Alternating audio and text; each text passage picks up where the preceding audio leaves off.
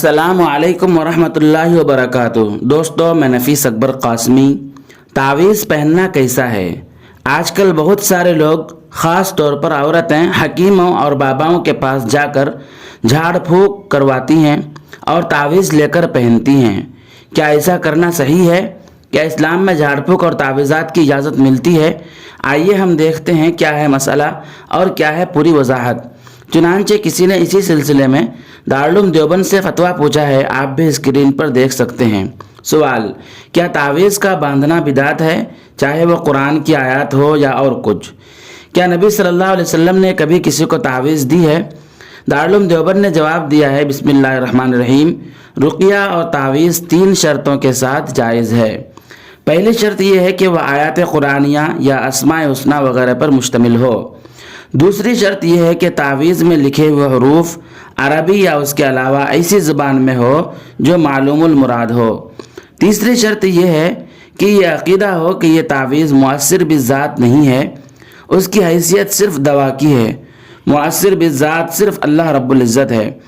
آپ صلی اللہ علیہ وسلم نے صراحتاً ایسے رقیہ اور تعویذ کی اجازت دی ہے جس میں شرک نہ ہو۔ نیز حضرت صلی اللہ علیہ وسلم نے حضرت ابو دجانہ رضی اللہ تعالیٰ عنہ کو تعویذ کے کلمات لکھ کر دیے تھے، جس کی وجہ سے ان کو پریشان کرنے والا شیطان ہلاک ہو گیا تھا۔ اس کے علاوہ صحابہ میں حضرت عبداللہ بن عمر بن العاص وغیرہ اور ان کے علاوہ تابعین میں حضرت عطا وغیرہ اس کے جواز کے قائل تھے، اور آج بھی اس پر لوگوں کا عمل ہے۔ واضح رہے کہ تعویذ میں جس طرح پڑھ کر دم کرنا جائز ہے، اسی طرح قرآن آیات وغیرہ کو کسی کاغذ پر لکھ کر اس کو باندھنا بھی جائز ہے۔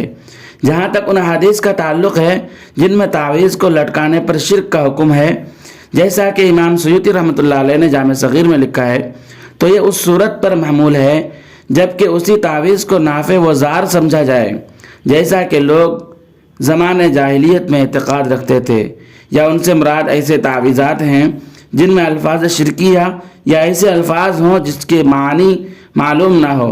واللہ تعالی عالم۔ دارالفتہ دارالعلوم دیوبند۔